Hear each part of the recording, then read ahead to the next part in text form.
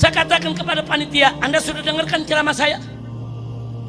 Ajak semua muslim yang ada di Pontianak, apakah itu Melayu, apakah itu Dayak Islam, apakah itu Bugis, Buton, Makassar, termasuk Madura, juga Banjar, saudara. Banjar juga penduduk asli Kalimantan, saudara.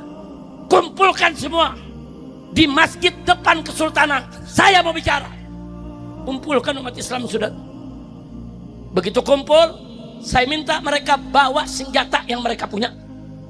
Bawa semua senjata. Saya ceramah lewat mikrofon dihubungkan yaitu dengan speaker masjid, saudara.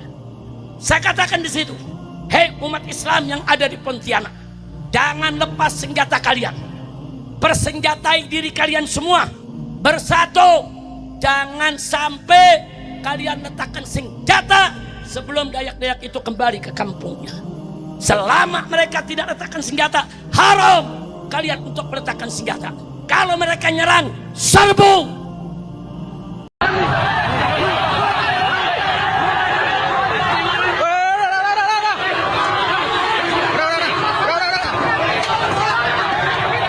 Dari sekarang celurit asal semuanya, saudara. Dari sekarang celurit, parang, badik, semua senjata yang kita punya siapkan. Dari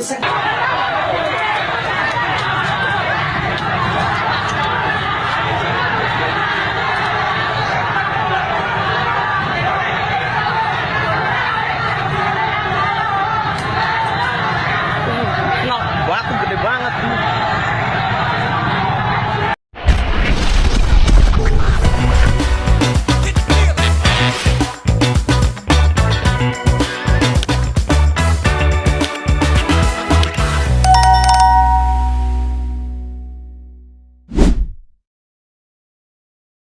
Assalamualaikum warahmatullahi wabarakatuh, sahabat pelita yang dirahmati Allah ya. Ketemu kembali dengan channel ini, semoga sahabat pelita dalam kondisi sehat walafiat dan tentunya masih dalam limpahan dan lindungan yang maha kuasa. Dalam video ini kita sama sekali tidak mau menyudutkan kelompok si A, kelompok si B tentang apa yang terjadi, entah itu kemarin, entah itu yang baru saja sekarang ya, tentang statement-statement para petinggi di negara kita yang mungkin banyak orang-orang tersentil ya dengan ucapan-ucapannya. Tetapi dalam video ini sekali lagi tidak ada maksud untuk menyudutkan pihak manapun. Jadi buat sahabat pelita langsung saja disimak keseluruhan videonya ya. Karena apa? Ketika kita melihat hanya sebatas cuplikan video, takutnya terjadi kesalahpahaman dalam memahami mungkin sebuah video yang sempat beredar di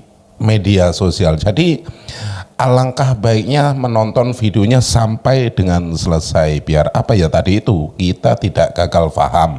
Apabila sudah terjadi kesalahpahaman dalam menanggapi sebuah video, nantinya juga terjadi kerancuan dalam pemikiran ketika kita memberikan argumentasi tentang video ini. Jadi sekali lagi ditekankan untuk menyimak videonya sampai dengan selesai. Nah sahabat pelita, biar tidak gagal paham, langsung saja kita simak bareng-bareng. Tetapi sebelum kita lanjut, buat Anda yang belum dukung channel ini, mohon dukungannya dengan cara di like, di share, dan subscribe-nya. Tombol loncengnya juga diaktifkan biar Anda tidak ketinggalan kabar info terbaru dari channel ini. Monggo disimak videonya. Ini dia, silakan. Ada oknum-oknum aparat yang melindungi tempat-tempat maksiat, sehingga begitu kita ganggu itu tempat maksiat, kita minta tutup. Bukan hanya preman yang diturunkan, aparat-aparat ini turun tangan untuk mengkriminalisasi kita, supaya kita juga bisa ditangkap, supaya usaha maksiatnya aman. Kita melihat ada habaib, ada kiai, ada ustadz duduk bareng di mimbar berjuang bersama, indah tidak? Bagus tidak? Nah, maka itu saya mengingatkan, hati-hati saudara. Sekarang ini ada kelompok-kelompok yang berotak PKI, tapi berjubah agama, bersorban agama, saudara. Tapi mereka memecah belah umat, mengadu domba kiai dengan kiai, mengadu domba Habib dengan Habib, memecah belah Habib dengan kiai, saudara. Orang-orang semacam ini, saya mau tanya, biarkan atau lawan? Biarkan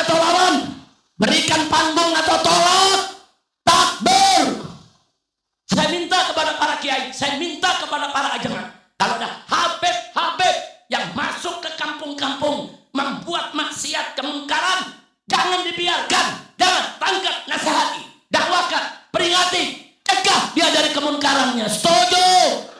Takbir. Dan musuh Islam tahu dua ini pilar. Habaib, ulama ini pilar. Kalau dua ini bersatu, umat jaya, umat menang. Bagaimana supaya umat kalah? Dua ini dihancurkan dulu. Bagaimana cara menghancurkannya? Serang dulu habaibnya.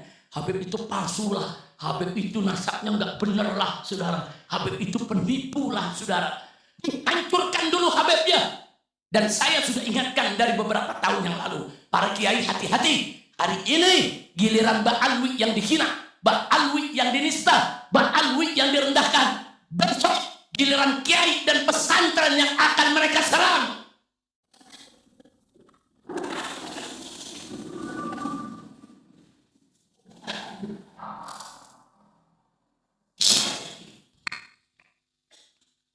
Assalamualaikum warahmatullahi wabarakatuh.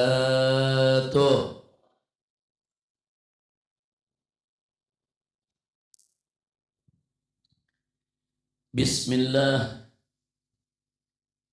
walhamdulillah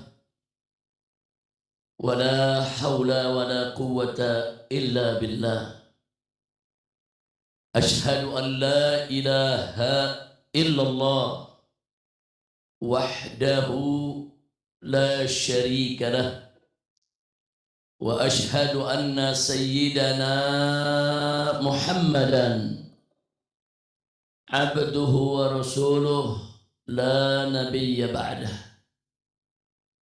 Allahumma salli wa sallim wa barik ala sayyidina wa habibina wa syafi'ina wa maulana nabiyyina Muhammadin alihi at-tahirin at-tayyibin wa ashabihi al-ghurri al-mayamin wa man tabi'ahum bi ihsanin ila yaumiddin. Ahibba'il kiram, Siyadatul habaib asy-syurafa wa sa'adatul ulama'il fudala wa fadilatul umara'il kurama wa jami'il hadirin wal hadirat al ahibba'il a'izza rahimakumullah.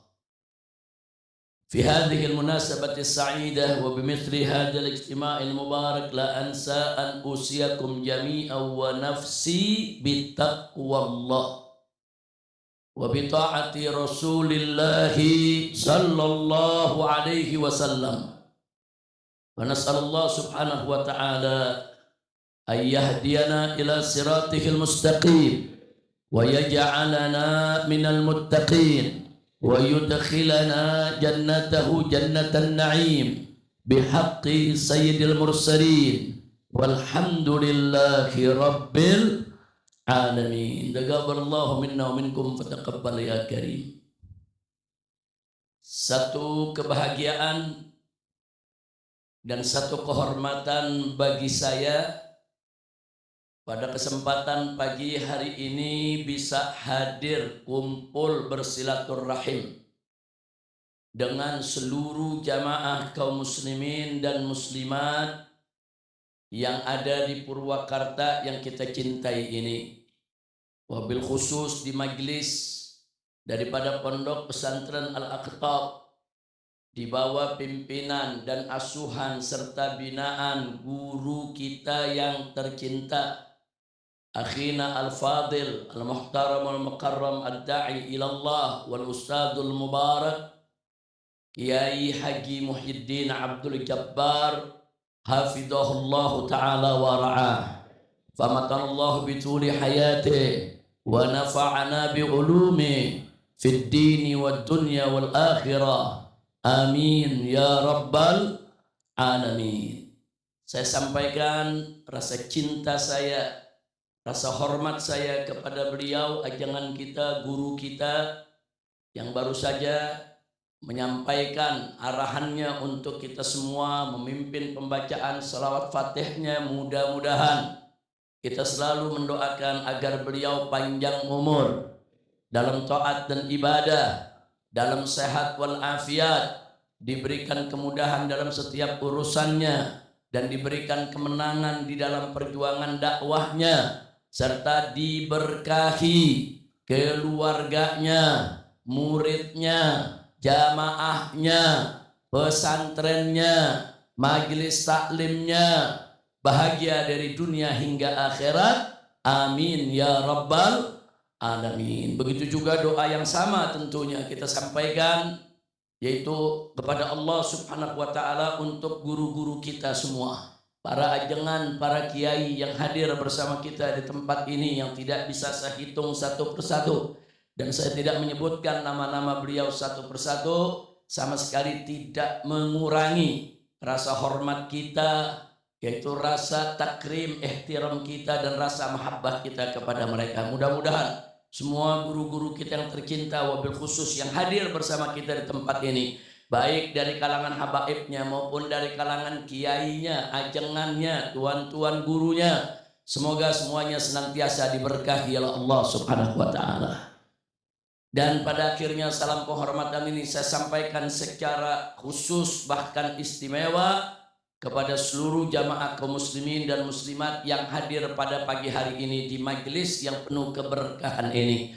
Mudah-mudahan semua jamaah nanti tidaklah pulang dari pondok ini, pulang dari majelis ini, pulang dari tempat ini, kecuali dosanya diampuni oleh Allah, kesalahannya dimaafkan oleh Allah, penyakitnya disembuhkan, kesulitannya dimudahkan, kesempitannya dilapangkan, keluarganya diharmoniskan, utang piutangnya dilunaskan, diberikan keturunan yang solehin dan solehat. Dan kita mohon kepada Allah, kalau hari ini kita kumpul bersama di majelis atau pondok pesantren Aqtab ini, mudah-mudahan kelak kita kumpul kembali di surganya Allah subhanahu wa ta'ala bersama Nabi kita tercinta Sayyiduna Muhammad sallallahu alaihi wasallam. Amin ya rabbal alamin. Majelis taklim pada pagi hari ini yang digelar setiap Senin pagi oleh guru kita, ini merupakan hari yang cukup istimewa, di mana pada hari ini kita bukan hanya sekedar mengaji, tapi guru kita Kiai Haji Muhyiddin Abdul Jabbar, saudara, yang biasa disebut ajangan Ki Anteng atau ajangan Rawing, yang sangat kita cintai, saudara, bahwa hari ini sekaligus juga kita menyambut akan datangnya sebentar lagi bulan Rabiul Awal. Kita ada di minggu-minggu terakhir daripada bulan Safar.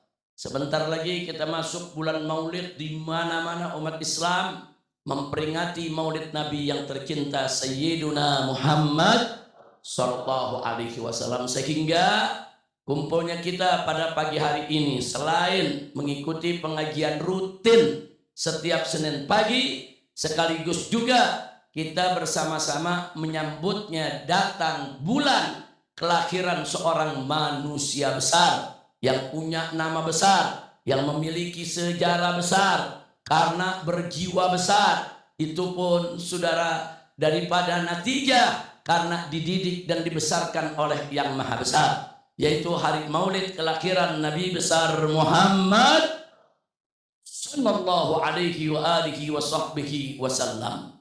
Akibail kiram, bicara tentang kelahiran kita punya Nabi, bulan Rabiul Awal yang merupakan bulan daripada kelahiran beliau, di mana-mana, bukan hanya di Indonesia tapi di seluruh dunia, orang memperingati dengan penuh bahagia, penuh gembira, saudara.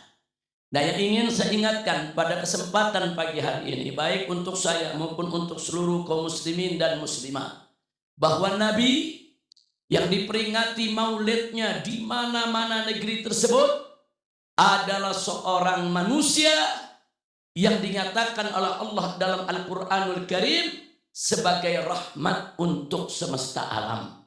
Wallahu subhanahu wa ta'ala qala wa ma arsalnaka illa rahmatan lil alamin. Jadi bukan manusia biasa, Manusia yang menjadi rahmat untuk semesta alam. Jadi kalau ada yang bertanya, apakah Nabi pasti akan mendapatkan rahmat? Jawabnya pasti. Loh kenapa pasti? Orang dirinya aja rahmat kok. Zatnya saja merupakan rahmat dari Allah Subhanahu wa ta'ala. Kemudian saudara, Nabi yang kita peringati maulidnya pada hari ini dan diperingati oleh umat Islam di berbagai tempat adalah seorang Nabi yang dinyatakan oleh Allah dalam Al-Quranul Karim betapa agung akhlaknya, betapa mulia akhlaknya, sampai Allah menyatakan wa innaka la'ala khuluqin azim. Sesungguhnya engkau wahai Nabi, wahai Rasul, wahai Muhammad, betul-betul sungguh-sungguh memiliki akhlak yang agung. Syahadatun ilahiyah. Ini merupakan kesaksian dari Allah Subhanahu wa ta'ala. Allah yang maha tahu apa yang dilakukan oleh Nabi di depan umatnya dan apa yang dilakukan oleh Nabi di belakang umatnya. Bahkan Allah yang maha tahu apa yang terlintas di benak Nabi alaihi salatu wassalam. Allah yang maha tahu itulah yang memberikan kesaksian, pernyataan, ikrar bahwa Nabi kita memiliki akhlak yang sangat agung, saudara. Akhlak betul-betul sangat mulia, saudara. Syahadatun ilahiyah. Ini kesaksian dari Allah. Nah, maka itu saudara, banyak ulama-ulama kita menjadikan ayat ini sebagai salah satu dalil bahwa Nabi kita adalah al-insanul kamil, manusia yang sempurna. Karena kalau beliau tidak sempurna, nggak mungkin Allah puji dengan pujian yang begitu dahsyat. Ala khuluqin azim.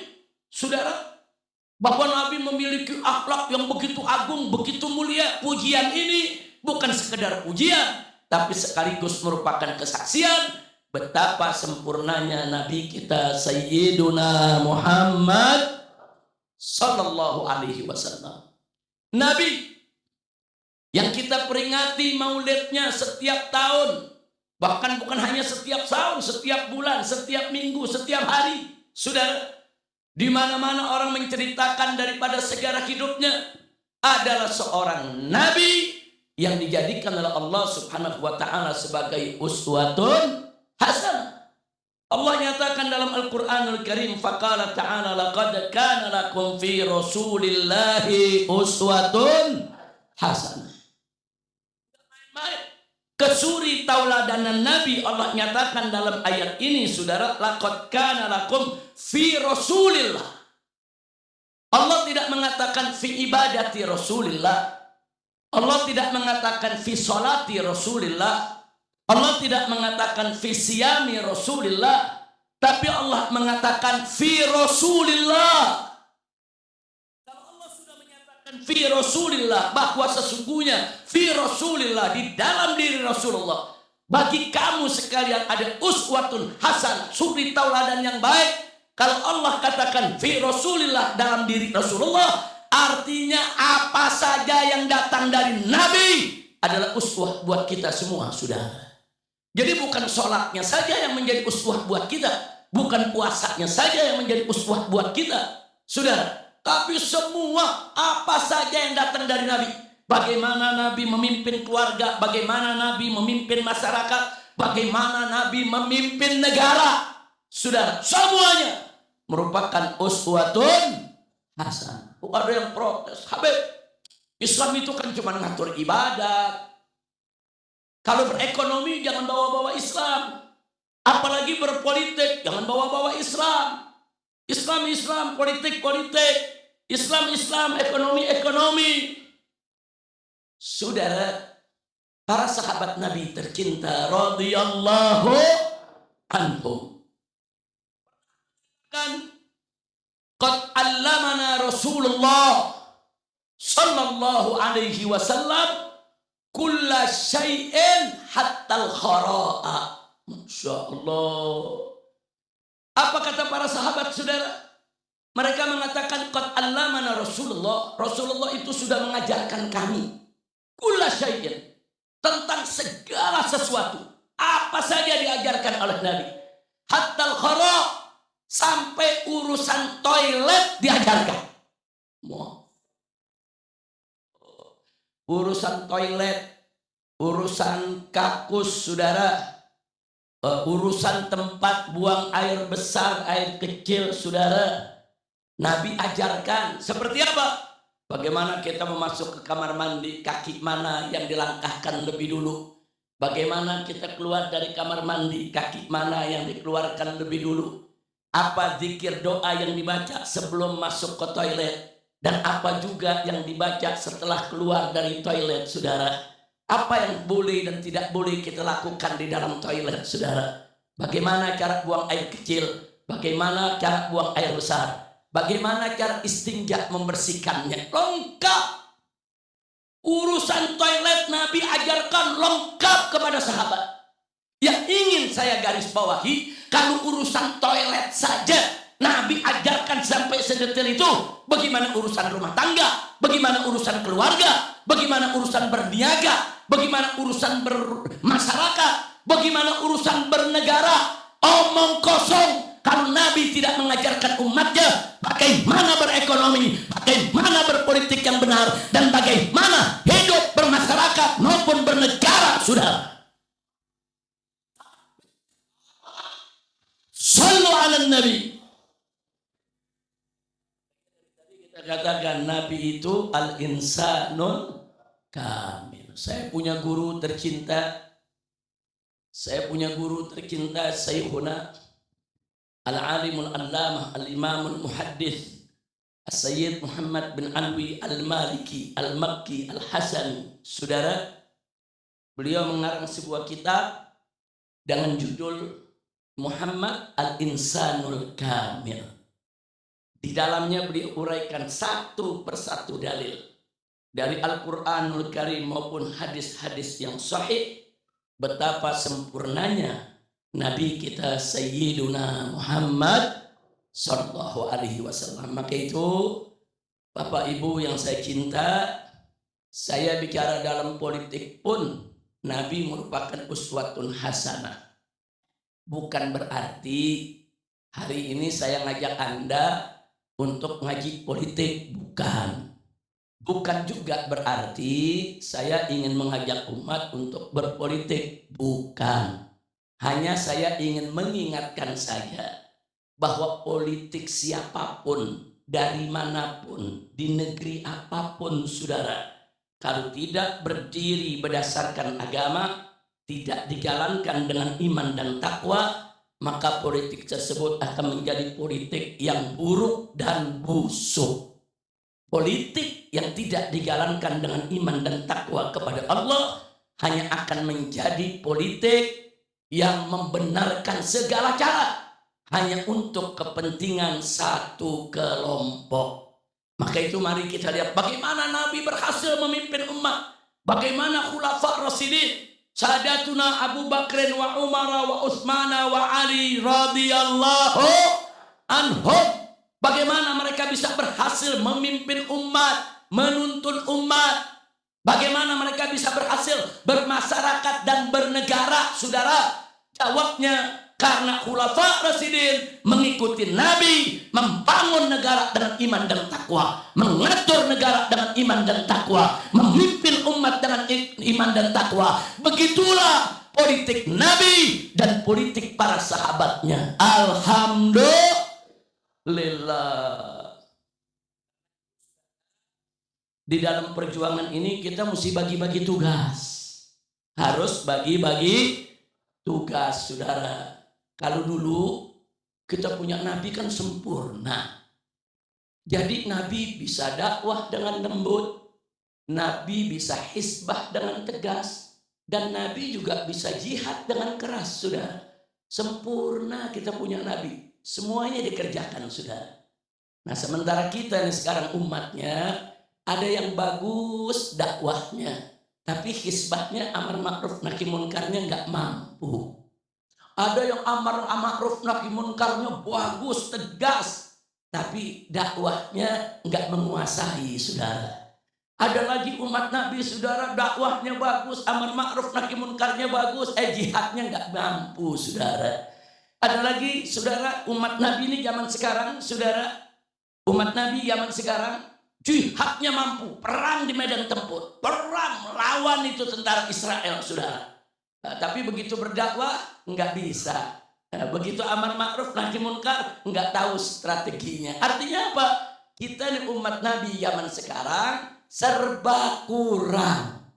Serba kurang. Makanya kalau tahu serba kurang, kita harus saling melengkapi, saling menghargai, saling bersatu satu sama lainnya, saudara. Sehingga dakwah kita menjadi kamil mutakamil kalau kita bersatu, insya Allah. Nah baik, sebelum saya lanjutkan, kita bicara Nabi Imamud Dakwah, Nabi Imamul Hisbah, Nabi Imamul Jihad, Nabi kita tercinta Sayyiduna Muhammad,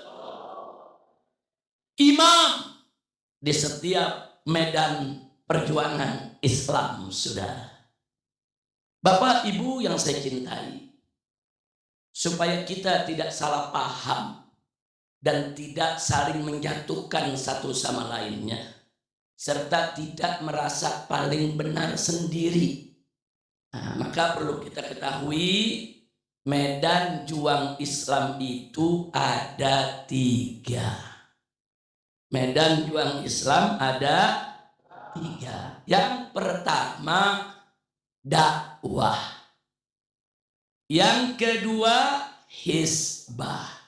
Apa itu hisbah? Hisbah itu al-amru bil ma'ruf wan nahyu anil munkar.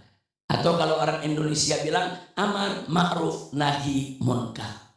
Nah itu kalau bahasa fikihnya hisbah. Yang ketiga jihad fisabilillah. Arti jihad di sini al-qital fisabilillah, perang di jalan Allah. Ini 3 medan juang, saudara. 3 medan juang ini, saudara, jangan diadu-adu. 3 medan juang ini jangan dihadap-hadapkan. 3 medan juang ini harus disatukan, disinergikan. Harus saling melengkapi dan saling menyempurnakan kalau perjuangan Islam ingin jaya dan menang, saudara. Kemudian ada umat nanya, apa sih Habib bedanya antara dakwah, hisbah, dan jihad? Secara umum, mau itu dakwah, hisbah, dan jihad, semuanya adalah bagian dari dakwah dalam makna yang umum. Tapi dalam makna yang khusus, kita mulai dari dakwah. Dakwah itu, Pak, dari kata da'a yad'u da'watan. Artinya mengajak. Dakwah itu artinya mengajak. Yang namanya ngajak harus santun, harus ramah, harus lembut, harus simpatik agar menarik. Yang namanya dakwah nggak boleh keras, nggak boleh kasar, saudara. Dakwah namanya saja dakwah. Dakwah itu mengajak. Mana dalil dakwah dalam Al-Quran? Kita buka surat An-Nahl. Tatkala Allah Subhanahu wa ta'ala memberikan petunjuk kepada Nabi bagaimana cara berdakwah kepada ahlul kitab yang ketika itu penuh di Madinah, saudara. Jadi Allah memberi petunjuk kepada Nabi bagaimana cara dakwah kepada mereka, orang-orang di luar Islam ini. Allah nyatakan kepada Nabi, faqala ta'ala ud'u ila sabili rabbika bil hikmah wal mau'izatil hasanah wajadilhum billati hiya ahsan. Shadaqallahul azim. Luar biasa, saudara. Nabi diperintahkan oleh Allah, ud'u ila sabili rabbika. Ajak mereka, wahai Nabi, ajak. Itu orang-orang kafir, itu orang-orang ahlul kitab, ajak mereka. Ajak mereka, ud'u, ajak mereka ila sabili rabbik, ke jalan Tuhanmu. Maksudnya ajak mereka masuk Islam. Ajak mereka menyembah Allah. Ajak mereka supaya mereka itu memeluk agama Islam. Ajak. Bagaimana caranya? Kata Allah, bil hikmah. Dengan hikmah. Para ulama, saudara, mengartikan al-hikmah itu adalah al-ilmu nafi', ilmu yang manfaat. Ilmu yang manfaat itu adalah ilmu yang diamalkan. Saudara, kalau kita punya ilmu, kita nggak amalkan, nggak manfaat itu ilmu buat kita. Ilmu yang manfaat adalah ilmu yang diamalkan, saudara. Sehingga antara ucapan dengan perbuatan seiring sejalan. Antara ajakan dengan perilakunya sama. Kasih unjuk Nabi. Nah, cara dakwahnya bil hikmah.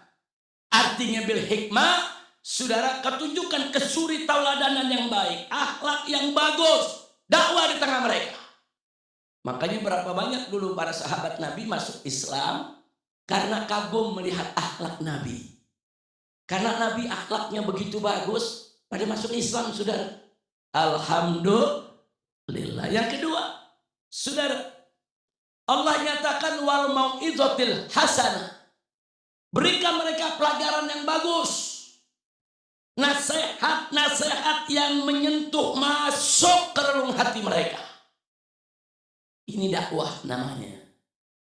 Nah, kalau mereka nggak mau terima, kalau mereka bahkan nantang-nantang Nabi, Allah ajarkan. Kalau mereka keras kepala, nggak mau nerima, wajadilhum billati hiya ahsan. Ajak mereka berdebat, ajak mereka diskusi, ajak mereka dialog. Tapi jangan lupa Allah nyatakan billati hiya ahsan, dengan cara yang terbaik. Subhanallah, bukan dengan cara yang hasan dan yang baik, bukan, yang ahsan. Dengan cara yang terbaik. Nah, ini Bapak Ibu tercinta, ini disebut ayat dakwah. Ini bukan ayat jihad, bukan. Ini bukan ayat hisbah, bukan. Ini ayat dakwah. Jadi kalau ada yang tanya, kenapa dakwah harus lembut, rahmah, santun? Kenapa kok dakwah itu dalam mujadalahnya harus dengan cara yang terbaik, saudara? Nah, jawabnya, saudara, kenapa harus seperti itu, saudara? Agar simpatik dan menarik sehingga orang mau masuk Islam. Kalau dakwah keras, orang lari. Saudara, Allah sendiri yang menyatakan dalam Al-Quran, kalau kau keras kepada mereka ya Muhammad, lan fattu min haulik, bercerai-berai mereka, lari kau ditinggalkan. Ini namanya dakwah. Jadi kalau ada yang tanya lagi, mana dalil? Kalau dakwah itu harus lembut, nah ini dalilnya. Ud'u ila sabili rabbika bil hikmah wal mau'izatil hasanah wajadilhum billati hiya ahsan. Jadi kalau ada orang berdakwah dengan lembut, dengan santun, dengan ramah, dia benar. Saudara, memang begitu dakwah yang diajarkan oleh Nabi kita Sayyiduna Muhammad. Nah, sekarang yang kedua, medan juang Islam yang kedua adalah hisbah. Apa itu hisbah? Amar ma'ruf nahi munkar. Kita mulai dari amar ma'ruf, saudara.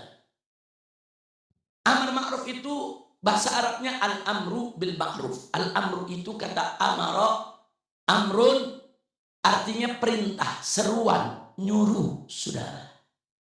Jadi kalau dikatakan amar ma'ruf artinya suruh umat untuk berbuat kemakrufan. Suruh, perintahkan. Saudara, ini bukan ngajak, perintah. Ngajak sama perintah beda. Ngajak lembut, santun. Tapi kalau yang namanya perintah, nyuruh, wajib tegas, saudara. Bukan keras, tegas. Tegas. Gubernur menginstruksikan kepada para camat atau para bupati ke bawah, perintahnya harus tegas. Kiai memerintahkan para santri, saudara, dengan suatu tugas yang harus dilakukan, perintahnya harus tegas. Bukan lembut, bukan, perintah harus tegas. Saya mau tanya, kalau di lapangan ada ribuan tentara lagi disiapkan oleh jenderalnya, saudara, saya mau tanya, Itu jenderalnya menyatakan siap, geraknya tegas tidak? Siap. Tegas sudah. Tegas. Kenapa? Karena perintah. Karena nyuruh. Harus tegas. Kira-kira jelas gak? Nah sekarang saya mau tanya, kalau ada jenderal di lapangan, ribuan tentara, dia siapkan pasukan, siap, gerak. Saya mau tanya, apa yang terjadi?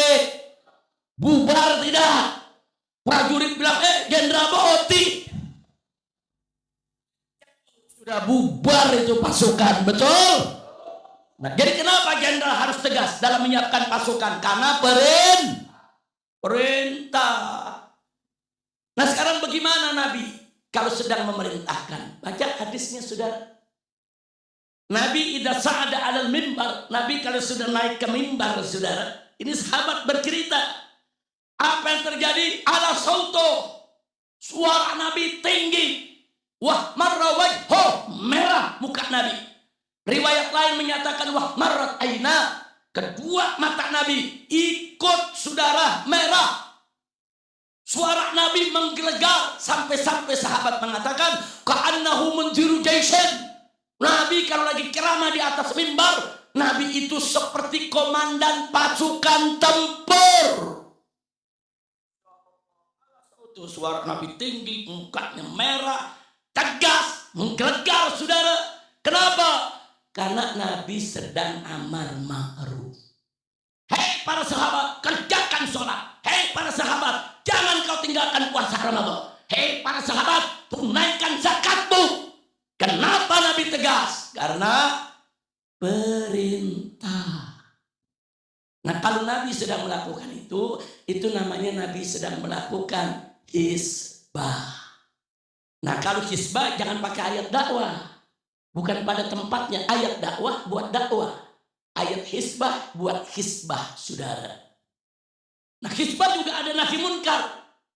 Lalu bagaimana nahi munkar yang diajarkan Nabi? Jelas Nabi mengatakan dalam hadis sahihnya saudara. Nabi mengatakan man ra'a minkum munkara falyughayyirhu biyadihi fa in lam yastati fa bi lisanihi fa in lam yastati fa bi qalbihi wa dzalika adhaful iman. Sadaqan Nabi sallallahu alaihi wasallam wa ballagha risalah wa addal amanah wa nasaha al ummah wa jahada fi sabilillahi haqqa jihadi. Jadi Nabi yang mengatakan man ra'a minkum munkara, barang siapa di antara kamu hai umat Islam ada yang melihat kemunkaran, kata Nabi falyughayyirhu biyadihi, wajib dia ubah itu kemunkaran dengan tangannya. Kiki, ini arti tangan. Berubah dengan tangan. Anak muda yang punya kekuatan, obrak-abrik itu maksiat yang ada di depan dia. Pak Camat, yang tanda tangannya berlaku, tanda tangannya surat untuk menutup tempat maksiat. Biliat. Tapi biliat kadang-kadang makna majazi, kekuasaan, jabatan, kekuatan. Yang punya jabatan, cegah kemungkaran dengan jabatannya sudah. Nahi munkar. Tapi Nabi mengatakan fa'in nastati, kalau dia nggak mampu merubah dengan kekuasaan, dengan kekuatan, maka kata Nabi fabilisani, ubah itu kemunkaran dengan lisannya, dengan mulutnya. Stop itu kemunkaran. Anak-anak muda, jangan kumpul kau untuk judi-judi. Bubar kalian. Jangan mengundang murka Allah dengan lisan. Saudara, cegah. Kalau nggak mampu juga, mau diubah dengan lisan dia sendirian. Yang mabok 10 orang. Wadahnya gede-gede. Wah dia bengong lagi. Nah, dengan tangan saya nggak mampu. Dengan mulut saya nggak berani. Nanti saya digebukin. Saudara, apa kata Nabi? Fa'in nastati, kalau masih nggak mampu juga. Saudara, dengan lisannya. Fabi qalbi, maka wajib dia cegah. Ubah itu kemunkaran dengan hatinya. Wadzalika ataful iman, dan itu selemah-lemahnya iman. Enggak apa-apa selemah-lemahnya iman, yang penting masih ada iman. Nah, sekarang saya mau tanya, Kalau yang lihat kemunkaran nggak mampu pakai tangan, nggak mampu pakai lisan, dia pakai hati, dia tolak itu kemunkaran, dia ingkari. Ya Allah, aku nggak ridho ini ya Allah. Ya Allah, oh ini orang berbuat maksiat, berbuat kerusakan ya Allah. Jauhkan aku dari balak, dari bencana karenanya ya Allah. Dia rubah dengan hatinya, dia masih punya iman. Nah pertanyaan saya, orang nggak maksiat, cuma menentang maksiat, menentang munkar dengan hatinya. Nabi mengatakan itu selemah-lemahnya iman. Pertanyaan saya, lalu kalau yang maksiatnya bagaimana? Ini nggak maksiat, cuma menentang kemaksiatan dengan hatinya. Imannya disebut selemah-lemahnya iman. Lalu yang maksiatnya bagaimana? Saudara, artinya kalau secara logika, berarti yang melakukan maksiatnya nggak punya iman. Nggak boleh. Kan Ahlus Sunnah wal Jamaah punya prinsip murtakibul kabair la yukaffar. Siapapun yang melakukan dosa besar nggak boleh dikafirkan. Nah jadi kalaupun nggak kafir tapi imannya lebih rendah dari yang selemah-lemahnya iman, saudara. Kalau ibarat handphone, saudara, itu yang imannya kuat, itu baterainya masih 100%, 90%, 100%, nah itu imannya kuat. Nah yang imannya sedang-sedang, baterainya masih 50-60%, saudara. Nah kalau yang imannya lemah, ya baterainya udah 10%. Nah kalau yang maksiat, baterainya 0,5%. Hati-hati. Kalau dia nggak buru-buru taubat, kalau nggak buru-buru dia perbaiki, imannya bisa hilang setiap saat, saudara. Na'udzubillah min dzalik. Kita kembali kepada hizbah. Jadi konsep hizbah bukan lembut, bukan santun, ramah, bukan arif, bijak, bukan. Konsep hizbah gas, sudah. Nah, jadi beda. Jadi kalau ada kiai, saudara lagi negor, jangan coba-coba kalian berzinah. Jangan coba-coba main judi. Awas. Jangan terus dibilang, "Waduh, kiai galak. Kok kiai dakwahnya nggak kayak Nabi? Kan dakwahnya mestinya biar hikmah." Saudara, kiai lagi melakukan hizbah, bukan dakwah. Kalau kiai lagi berdakwah, lembut, santun, ramah. Ini kiai lagi berhizbah. Kalau berhizbah, wajib gas. Nah, jadi nggak salah kiai yang dakwah dengan lembut, santun, masuk kata-katanya ke relung hati umat. Bahkan umat tersentuh, banyak yang bertobat karena ucapannya, saudara. Saudara, itu dakwahnya sudah betul sesuai dengan tuntunan Nabi Sayyiduna Muhammad Sallallahu Alaihi Wasallam. Terus ada kiai yang tegas, saudara, menolak narkoba, menolak aneka ragam kemunkaran, kemaksiatan, tegas. Saudara, maka kiai juga sudah benar sesuai dengan tuntunan Nabi kita Sayyiduna Muhammad Sallallahu Alaihi Wasallam. Sekarang yang ketiga, saudara. Yang ketiga, al-jihad fi sabilillah. Jihad yang dimaksud di sini bukan jihad secara lughatan, bukan jihad secara bahasa. Kalau jihad secara bahasa, badlul juhdi fi ta'atillah, mengerahkan segala kemampuan untuk taat kepada Allah, itu jihad. Sholat dengan sungguh-sungguh, itu jihad. Puasa dengan sungguh-sungguh, itu jihad. Mencari nafkah yang halal dengan sungguh-sungguh, itu juga jihad. Menjaga istri, menafkahi anak-anak di rumah, mendidik, membina, itu juga jihad. Jihad dalam arti etimologi maknanya luas, saudara. Tapi yang dimaksud jihad sebagai medan juang Islam adalah al-qital fi sabilillah, perang di jalan Allah. Yang namanya perang, apa kata Allah dalam Al-Quranul Karim? Faqala ta'ala, ya ayuhan nabi, jahidil kuffara wal munafiqin waghluz alaihim. Hai Nabi, perangi itu orang-orang kafir dan orang-orang munafik, waghluz alaihim, kerasi mereka. Allah yang suruh keras. Dakwah Allah suruh bil hikmah. Saudara, Tapi perang di jalan Allah, waghluz alaihim, kata Allah. Waghluz, saudara, ghalza. Kalau orang Indonesia bilang gelut, saudara. Kalau bahasa Arabnya ghalza, waghluz, geluti mereka. Allah yang suruh, saudara.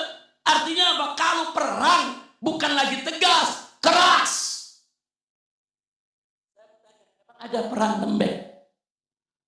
Ada perang santun, ramah, lembut, ada. Perang yang lembek tuh main kitik-kitikan. Yang namanya perang, saudara, ada darah yang tertumpah, ada harta benda yang musnah, saudara, bahkan ada nyawa yang melayang, ada perkebunan rumah yang hancur. Jadi tolong dibedakan. Paham tidak? Jadi kalau ada saudara-saudara kita yang jihad dengan keras, saudara, melawan musuh-musuh Allah di medan tempur, medan jihad, ya mereka sudah betul. Itulah yang diajarkan oleh Nabi kita Sayyiduna Muhammad sallallahu alaihi wa alihi wa sahbihi wasallam. Nah, saudara, 3 medan ini enggak sembarang orang bisa melakukannya. Medan dakwah tuh berat, saudara. Siapa bilang, kalau medan dakwah aman-aman aja? Siapa bilang? Kita bikin majelis taklim aja, yang dengkiin ada. Betul? Betul? Enggak keras. Ada kiai, udah lembut, santun, bikin majelis taklim. Saya tanya, yang hasut ada enggak? Yang iri ada enggak? Ada. Yang lembut aja didengkiin, diiriin, saudara. Itu yang dakwah tuh, yang dakwah dengan lembut, diiriin, dimusuhin. Apalagi yang khusbah dengan tegas. Jangan kaget, saudara. Masing-masing medan ada tantangannya. Jangan bilang, ini kalau medan dakwah enak, kalau medan khusbah ini berat. Enggak, semuanya berat. Yang dakwah berat. Emang guru-guru tuh buka kitab, ngajarin santri bagaimana cara sholat, cara wudhu. Anda pikir nggak berat? Berat, sudah. Dia harus mentransfer ilmunya, bagaimana bisa dikirim ke muridnya, bagaimana muridnya bisa paham. Muridnya macam-macam. Ada yang diajar 1 jam paham, ada yang seminggu baru paham, ada yang setahun nggak paham-paham. Betul? Nah sekarang kalau ngadepin murid yang setahun nggak paham-paham, apa nggak pegel tuh guru? Nah sekarang saya mau tanya, pegel itu, saudara, tantangan bukan? Tantangan. Jadi jangan bilang dakwah nggak ada tantangan. Siapa bilang? Begitu juga hisbah. Hisbah ada tantangannya, saudara. Menghadapi preman, diculik, dibunuh, atau menghadapi pejabat yang berkolaborasi dengan penjahat, saudara. Ada oknum-oknum aparat yang melindungi tempat-tempat maksiat. Sehingga begitu kita ganggu itu tempat maksiat, kita minta tutup. Bukan hanya preman yang diturunkan, aparat-aparat ini turun tangan untuk mengkriminalisasi kita, supaya kita juga bisa ditangkap, supaya usaha maksiatnya aman. Jadi ada, apalagi jihad, resikonya terbunuh, resikonya mati di medan jihad, saudara. Jadi semua medan saya tanya, ringan atau berat? Ringan atau berat? Berat, saudara. Nah, kembali yang saya jelaskan tadi soal Nabi. Nabi itu sempurna. Nabi imam dalam dakwah. Nggak ada orang yang dakwahnya lebih hebat dari Nabi. Dakwahnya lebih indah dari Nabi. Dakwahnya lebih santun dari Nabi. Tidak ada. Nabi adalah khairadain, sebaik-baiknya orang yang berdakwah, saudara. Begitu juga di medan hisbah, amar ma'ruf nahi munkar. Nggak ada orang, saudara, yang hisbahnya lebih hebat dari Nabi, yang hisbahnya lebih cakep dari Nabi. Nggak ada. Nabi manusia sempurna, imamul hisbah, saudara, imam di dunia hisbah. Begitu juga jihad, saudara. Nggak ada orang lebih berani dari Nabi, lebih hebat strateginya dari Nabi. Bayangkan, saudara, dari 28 perang yang dipimpin oleh Nabi, saudara, hanya sekitar 5 atau 6 perang yang berakhir dengan pertumpahan darah. Sisanya, saudara, ada musuh yang lari, nggak jadi perang. Ada musuh yang akhirnya minta maaf, minta damai, saudara. Ada musuh yang setelah dinasehati, diberi peringatan, nggak jadi dia perang melawan umat Islam. Nah, jadi jangan bilang, oh Nabi itu doyan darah. Islam ini agama pedang. Dari 28 kali perang, saudara, 5-6 hanya itu aja yang terjadi pertumpahan darah. Seperti perang Badar, perang Uhud, saudara. Perang Khandaq pun cuma beberapa orang, saudara. Karena musuh nggak berhasil masuk ke Madinah. Artinya Nabi kita cerdas, Nabi kita hebat, Nabi kita pintar, ahli strategi, mampu merebut kemenangan di dalam medan tempur. Perang yang hampir 30 kali perang, hanya 5 yang terjadi pertumpahan darah. Sallu ala Nabi.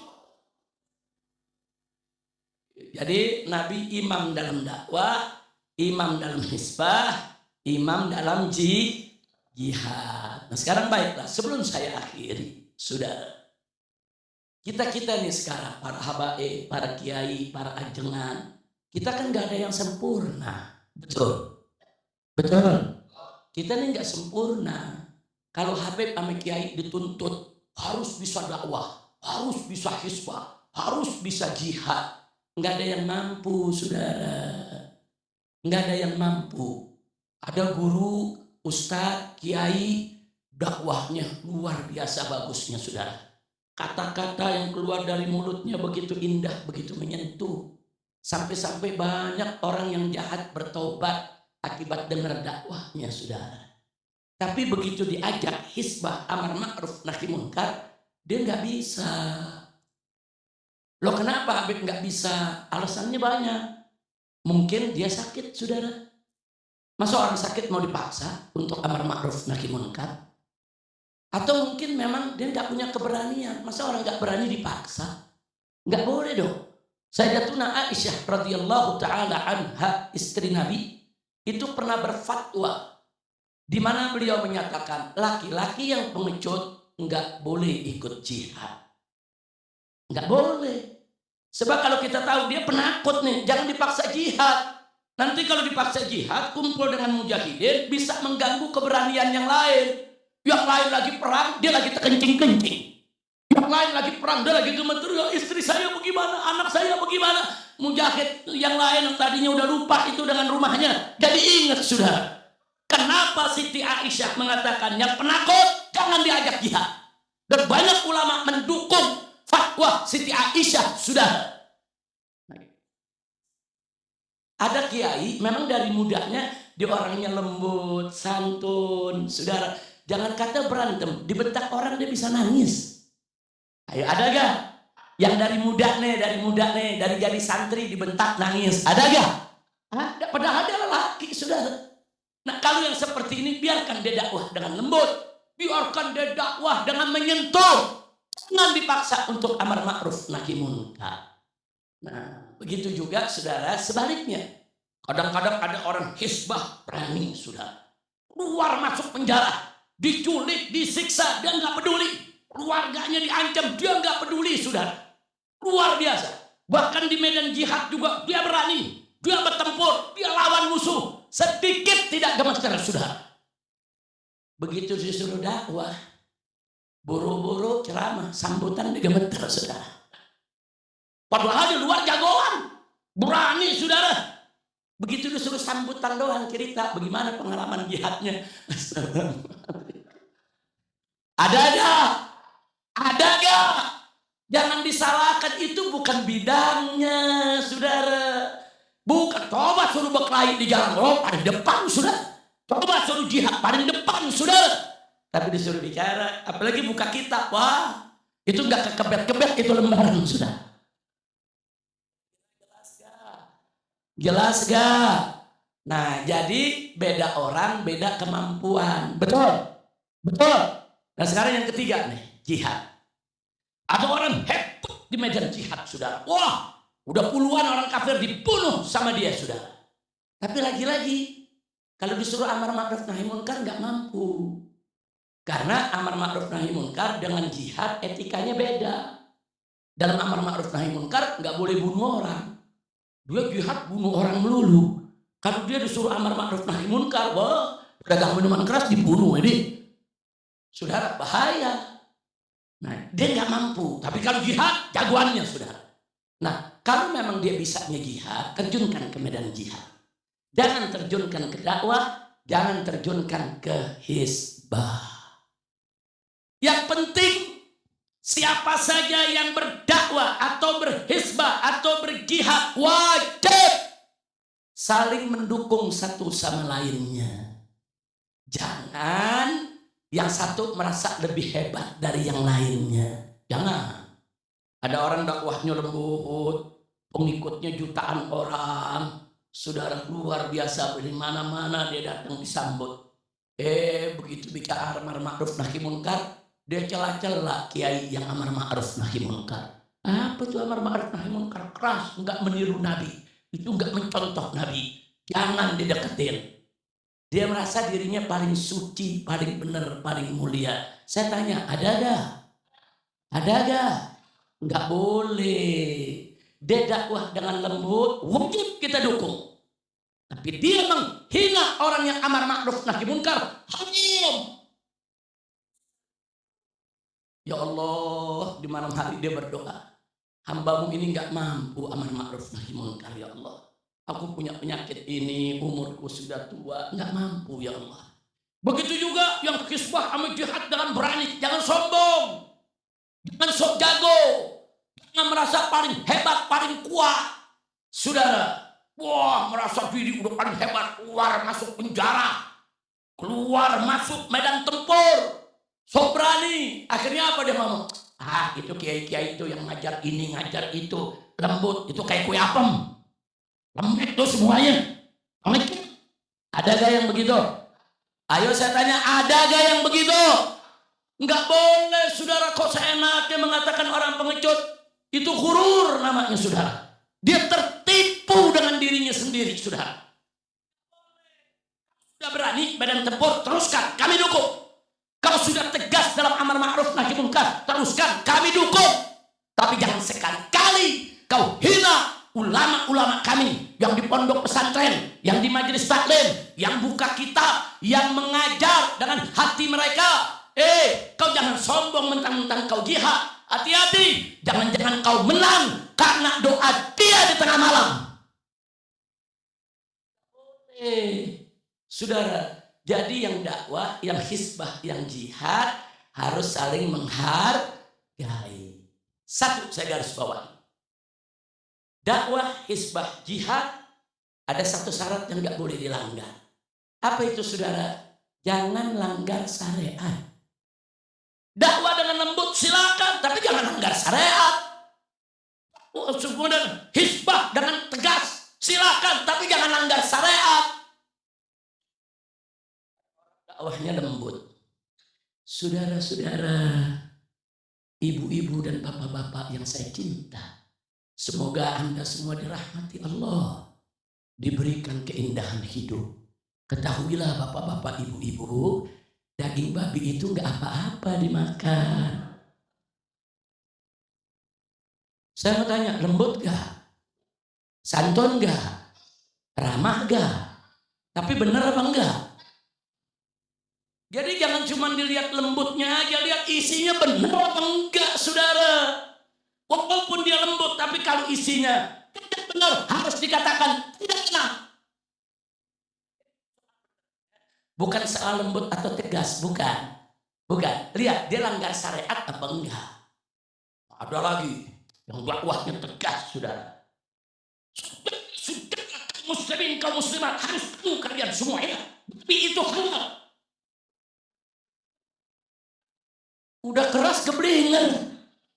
Ada yang begitu?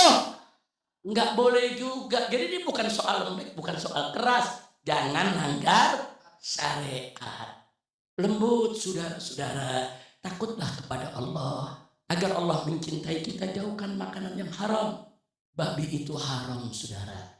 Diharamkan oleh Allah dan Rasulnya. Bagus gak? Bagus gak? Lembut gak? Satu lagi, sudah coba makan babi. Itu haram. Diharamkan oleh Allah. Nggak boleh umat Islam makan babi. Hati-hati.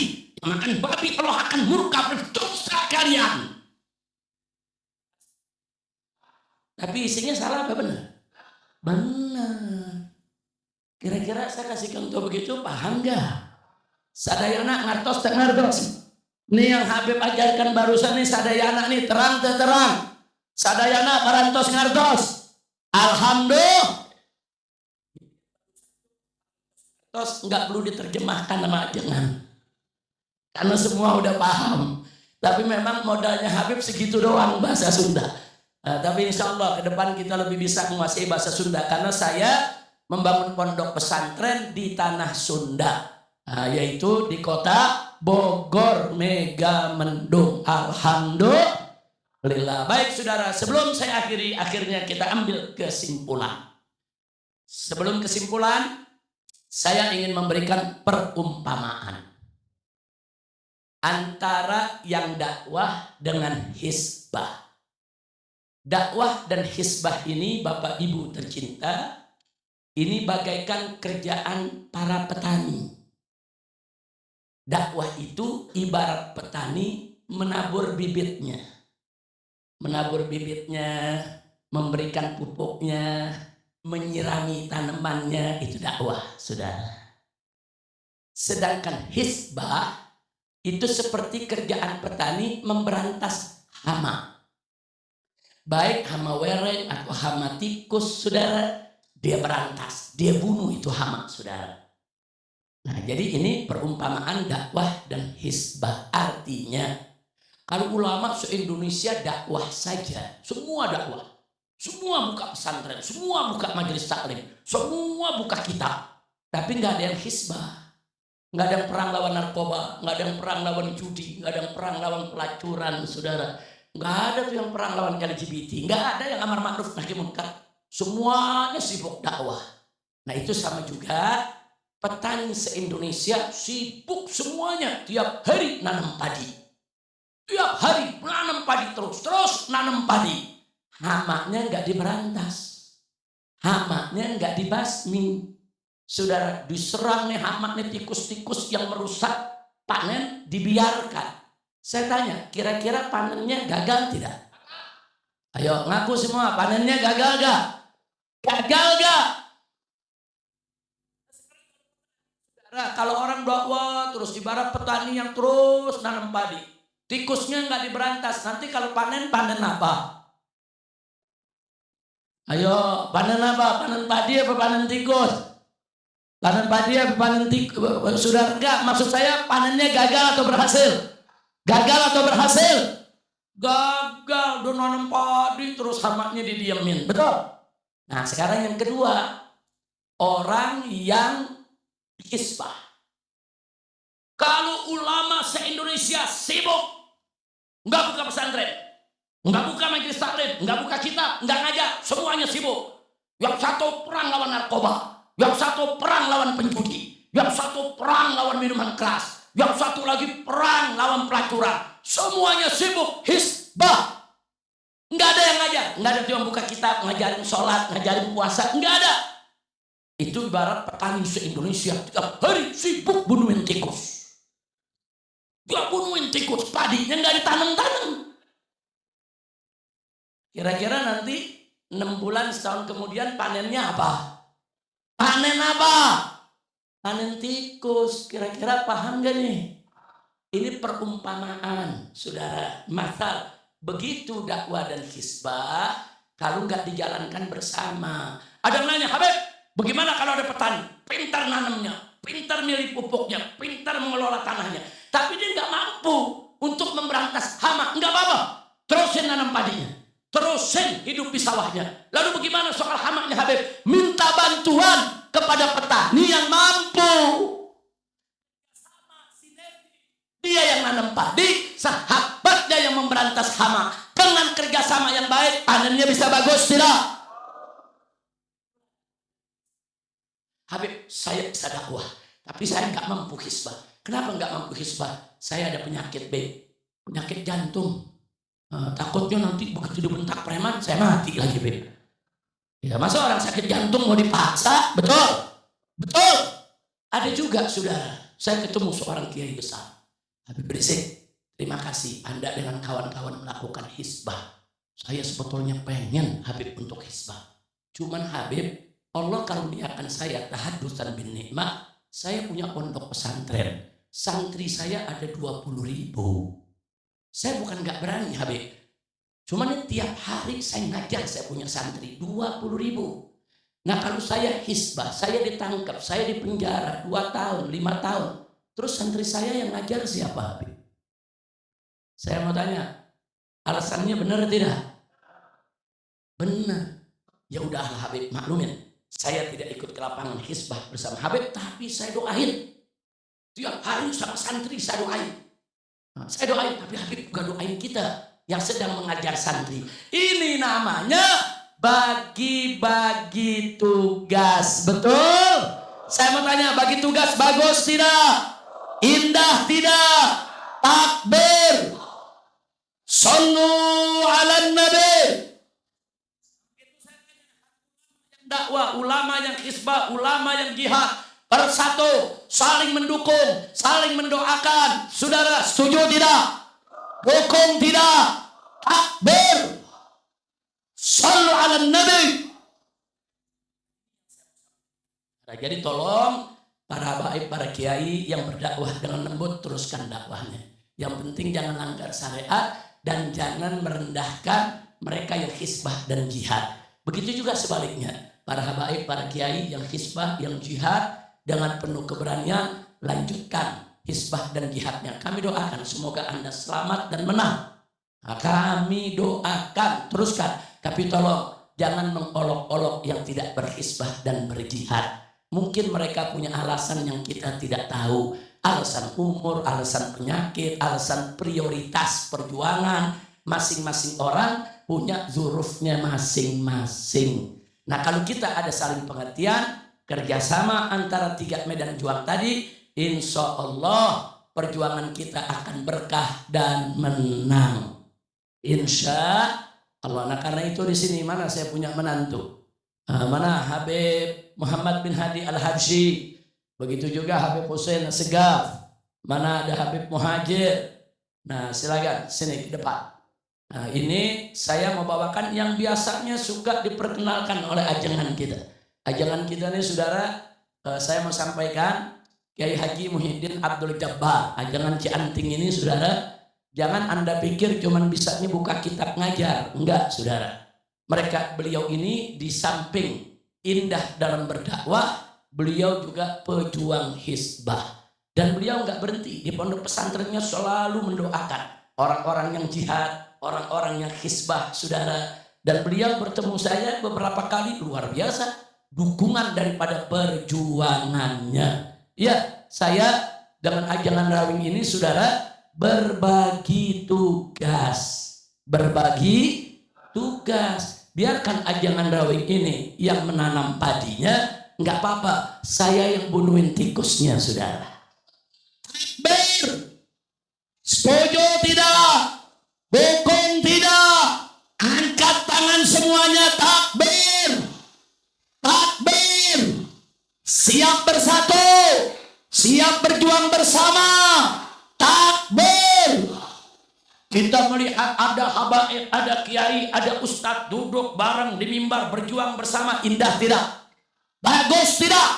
Nah maka itu saya mengingatkan, hati-hati saudara. Sekarang ini ada kelompok-kelompok yang berotak PKI tapi berjubah agama, bersorban agama saudara, tapi mereka memecah belah umat, mengadu domba kiai dengan kiai, mengadu domba habib dengan habib, memecah belah habib dengan kiai saudara. Orang-orang semacam ini saya mau tanya, biarkan atau lawan? Biarkan atau lawan? Berikan panggung atau tolak? Takbir. Habib kiai bersatu, indah tidak? Takbir. Tapi khusus habaib, sebagai zuriyah Nabi, saya ingin berikan peringatan dan nasihat. Anda habaib, Anda turunan Nabi, jangan bikin maksiat di tengah umat. Jangan. Anda ini kalau berbuat dosa, double dosanya. Dosa karena maksiat yang Anda lakukan, dosa karena menodai kehormatan ahlul bait Nabi. keluarga Nabi, turunan Nabi jadi uswah di tengah umat. Jadi contoh, jadi teladan. Jangan menipu, jangan mencuri, jangan maksiat. Nanti gara-gara 1-2 habaib berbuat maksiat secara terbuka di tengah masyarakat, semua habaib menjadi jelek namanya. Betul? Betul. Maka itu saya minta kepada para kiai, saya minta kepada para ajangan. Kalau ada habib-habib yang masuk ke kampung-kampung membuat maksiat kemungkaran, jangan dibiarkan, jangan, tangkap, nasihati, dakwakan, peringati, cegah dia dari kemunkarannya. Setuju? Takbir. Sebab maaf Pak Kiai, banyak kiai-kiai muhibbin, cintanya luar biasa Ahlul Bait. Saya ngomong begini, apa dia nggak berani, Beb. Betul dia buat maksiat, tapi kan dia cucu Nabi, Beb. Saya nggak berani. Nanti kalau Nabi akhirnya marah kepada saya bilang enggak, Kiai. Enggak. Nabi enggak pernah merestui anak keturunannya berbuat maksiat. Justru kalau Kiai betul cinta kepada Nabi, cinta kepada keluarga Nabi, jaga. Jangan sampai ada keluarga Nabi yang menodai kemuliaan kehormatan Ahlul Bait Nabi. Nah, maka itu saya ingatkan juga semua umat nih. Dan semua umat saya ingatkan saudara. Mesti cintai, hargai para habaib. Jaga juga mereka. Jangan sampai mereka merusak. Nah, begitu juga para kiai di sini. Hati-hati umat, jangan kurang ajar kepada kiai, saudara. Jangan, hati-hati. Kiai itu bukan sembarang manusia, saudara. Kiai itu, saudara, ulama itu, apa kata Allah dalam Al-Quranul Karim, saudara? Apa kata Allah? Innama yakhshallaha min ibadihil ulama. Sesungguhnya, saudara, hamba-hamba Allah itu yang betul-betul takut kepada Allah adalah ulama. Ulama. Bahkan di dalam Al-Quran, saudara, Allah nyatakan, yarfa'illahu alladhina amanu minkum walladhina utul ilma darajat. Allah meninggikan kedudukan derajat orang beriman di antara kamu dan yang memiliki ilmu. Ulama ditinggikan Allah. Jangan kurang ajar kepada ulama. Santrinya, umatnya, jangan kurang ajar kepada ulama. Ulama yang takut kepada Allah. Ulama dimuliakan, ditinggikan derajatnya oleh Allah. Artinya apa? Kita wajib memuliakan ulama yang dimuliakan Allah. Kita wajib meninggikan kedudukan derajat para ulama yang ditinggikan derajatnya oleh Allah. Wajib. Nggak sampai di situ. Ulama itu tempat rujukan bertanya umat. Allah yang menyatakan dalam Al-Quran, fas'alu ahla dzikri in kuntum la ta'lamun. Tanya kepada ahlu dzikir. Siapa itu ahlu dzikir? Ulama. Tanya mereka, manakala engkau tidak tahu. Jadi ulama itu tempat rujukan. Terus ulama mau dikurang ajari, saudara, hati-hati. Jangan tuan-tuan guru kita, jangan kita kiai kita, saudara, yang punya pesantren besar, yang punya pesantren kecil, yang muridnya banyak, yang muridnya sedikit, mereka ulama wajib untuk kita hormati. Bahkan Nabi mengatakan al-ulama warasatul anbiya. Ulama pewaris para nabi. Nabi, ulama pewaris Nabi. Ini pilar umat, saudara. Habaib Ba'alwi sebagai zuriyah Nabi, saudara, wajib taat kepada Allah. Mereka pilar umat yang harus kita muliakan, kita jaga. Dan ulama pewaris Nabi itu juga pilar umat, nggak boleh roboh, saudara. Wajib kita hormati, wajib kita cintai. Dan musuh Islam tahu dua ini pilar. Habaib, ulama ini pilar. Kalau dua ini bersatu, umat jaya, umat menang. Bagaimana supaya umat kalah? Dua ini dihancurkan dulu. Bagaimana cara menghancurkannya? Serang dulu habaibnya. Habib itu palsu lah. Habib itu nasabnya nggak bener lah, saudara. Habib itu penipu lah, saudara. Dihancurkan dulu habibnya. Dan saya sudah ingatkan dari beberapa tahun yang lalu. Para kiai hati-hati. Hari ini giliran Ba'alwi yang dihina, Ba'alwi yang dinista, Ba'alwi yang direndahkan. Besok giliran kiai dan pesantren yang akan mereka serang. Kemarin kita lihat, saudara, pesantren-pesantren dihina. Apa kata mereka? Pesantren-pesantren itu, saudara, di dalamnya hanya ada penindasan dan penjajahan. Pondok pesantren Lirboyo. Siapa yang nggak tahu pondok pesantren? Kaum Nahdiyin yang tua dan besar, saudara. Yang melahirkan ulama-ulama se-Indonesia. Di pesantren ada kerja bakti. Santri-santri pakai ember, ngangkut semen, oper-operan untuk ngecor bangunan. Wajar tidak? Wajar tidak? Difilmin sama mereka sudah. Udah difilmin, dikasih narasi. Inilah dia kehidupan pesantren. Penjajahan, penindasan. Ini kata dia harus dihentikan. Terus santri cium tangan kiai, saudara. Itu santri diajarkan nyembah-nyembah kiai. Kurang ajar. Saya mau tanya semua di sini para santri. Kalau kita kerja bakti, membersihkan pesantren, membangun pesantren bersama kiai, ada yang merasa dijajah, ada yang merasa ditindas, ada yang merasa dipaksa-paksa. Saya mau tanya para santri, ikhlas tidak? Ridho tidak? Senang tidak?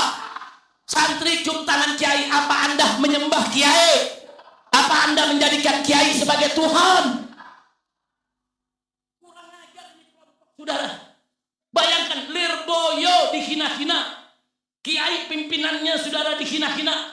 Pesantren-pesantren lain dihina-hina. Nah makanya saya minta tolong para kiai yang punya pesantren, jaga pesantren masing-masing. Sedikit aja ada salah, dibesar-besarkan saudara. Sedikit aja ada salah di pondok pesantren, dibesar-besarkan. Hati-hati, ini otak-otak PKI saudara.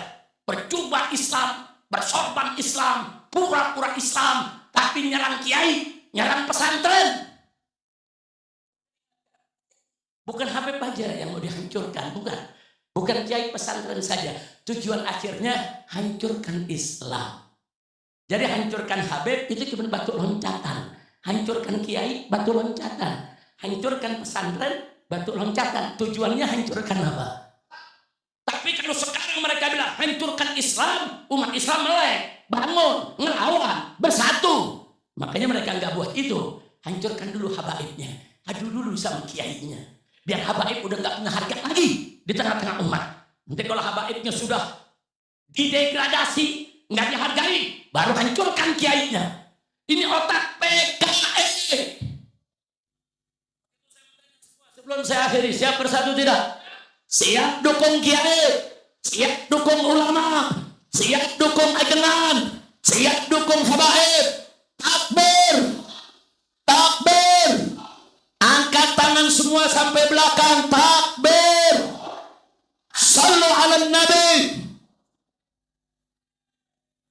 Mari sama-sama kita bawakan qasidah Medan Juang Islam.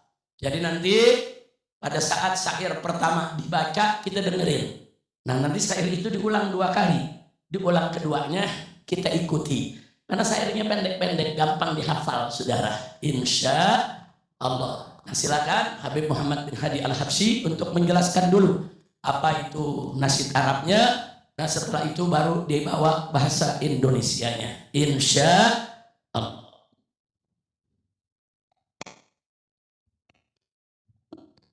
Ayo sadayana jawab nu kompak. Siap dukung ulama yang berdakwah, siap dukung ulama yang berhisbah, siap dukung ulama yang berjihad. Akbar. Sallu ala Nabi. Jadi Medan Juang Islam adalah qasidah yang digubah oleh Sayyidul Walid, yaitu Imam besar Al-Habib Muhammad Rizik bin Hussein bin Syihab. Kita doakan semoga Allah jaga beliau, dijaga zahir batinnya, dimenangkan perjuangannya, digabul hajat-hajatnya. Amin ya Rabbal Alamin. Saudara, jadi Medan Juang Islam lirik setiap refnya menggunakan bahasa Arab, yaitu dengan istighfar. Bagaimana liriknya? Pertama, Astaghfirullah Rabbi ya Syakur, Astaghfirullah Rabbi ya Sabur, Astaghfirullah Rabbi ya Syakur, Astaghfirullah Rabbi ya Sabur, Astaghfirullah Astaghfirullah min kulli ghurur. Astaghfirullah Rabbiyal Ghafur.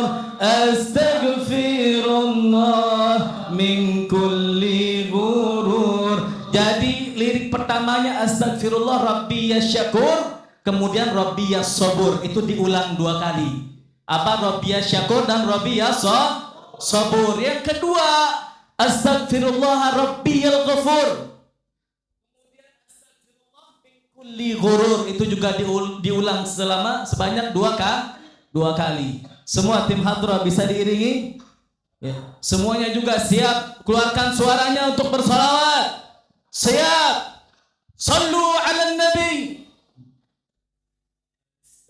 Astagfirullah Rabbi ya Syakur. Astagfirullah Rabbi ya Sabur. Astagfirullah Rabbi ya Syakur. Astagfirullah Rabbi ya Sabur. Astagfirullah Rabbi ya Ghafur. Astagfirullah min kulli ghurur. Astagfirullah Rabbi ya Ghafur. Astagfirullah min kulli ghurur. Medan juang Islam adalah 3, mesti diingat, jangan dirubah. Medan juang Islam adalah 3, mesti diingat, jangan dilupa. Pertama dakwah, kedua hizbah, ketiga jihad fisabilillah. Pertama dakwah, kedua hizbah, ketiga jihad fisabilillah. Astagfirullah Rabbi ya Syakur. Astagfirullah Rabbi ya Sabur.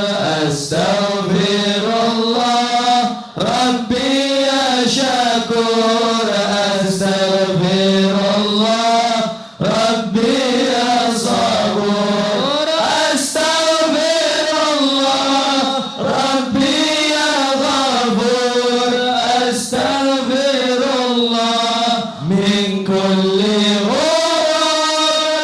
Astagfirullah Rabbi ya Ghafur.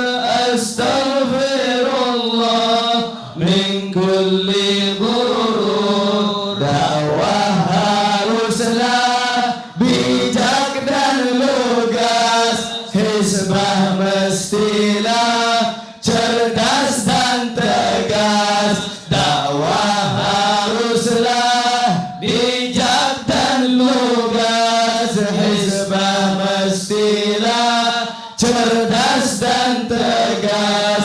Jihad medannya berani dan keras, berkorban hingga terakhir nafas. Jihad medannya berani dan keras, berkorban hingga terakhir nafas. Astagfirullah Rabbi ya Syakur. Astagfirullah Rabbi ya Sabur. Astagfirullah Rabbi ya Syakur. Astagfirullah Rabbi ya Sabur. Astagfirullah Rabbi ya Ghafur. Astagfirullah min kulli ghurur. Astagfirullah Rabbi ya Ghafur.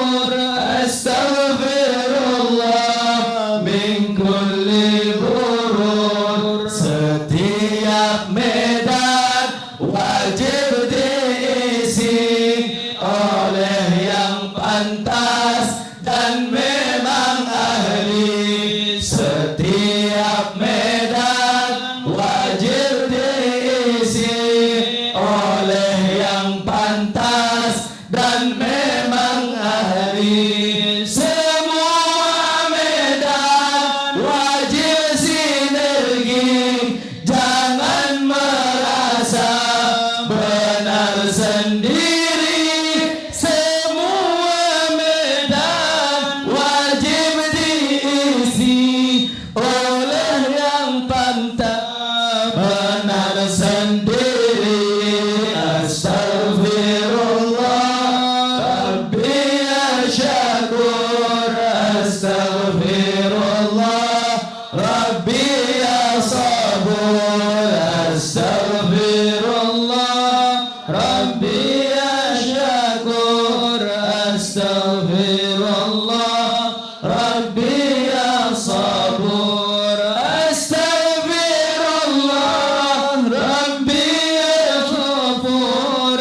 Astaghfirullah min kulli ghurur.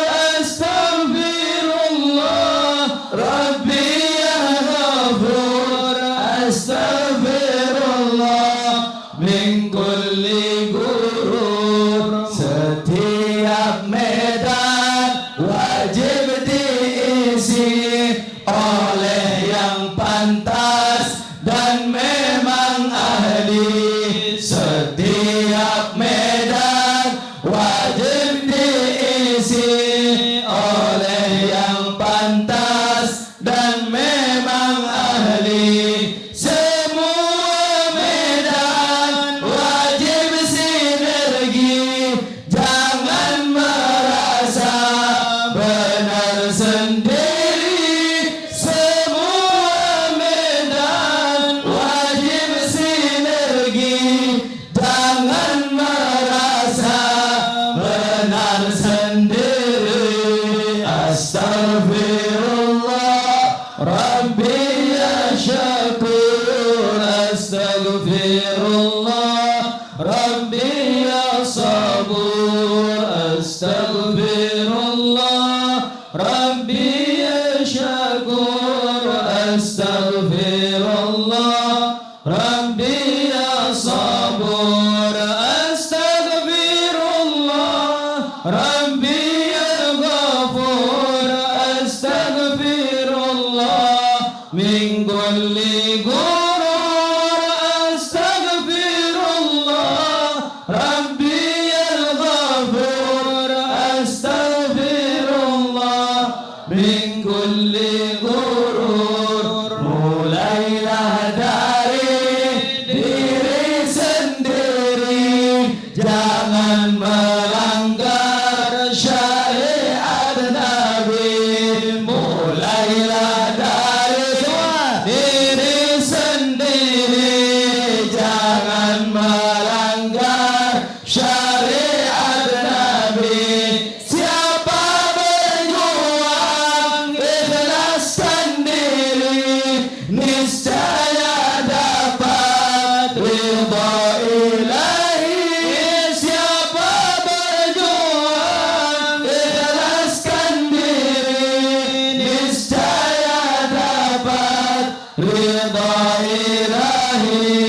Astaghfirullah ya syakur. Astaghfirullah Rabbi ya sabur. Astaghfirullah Rabbi ya syakur. Astaghfirullah Rabbi ya sabur. Astaghfirullah Rabbi ya ghafur. Astaghfirullah min kulli ghurur. Astaghfirullah Rabbi ya ghafur. Astaghfirullah min kulli ghurur. Allahumma salli ala sayyidina Muhammad wa ashghil الظالمين بالظالمين.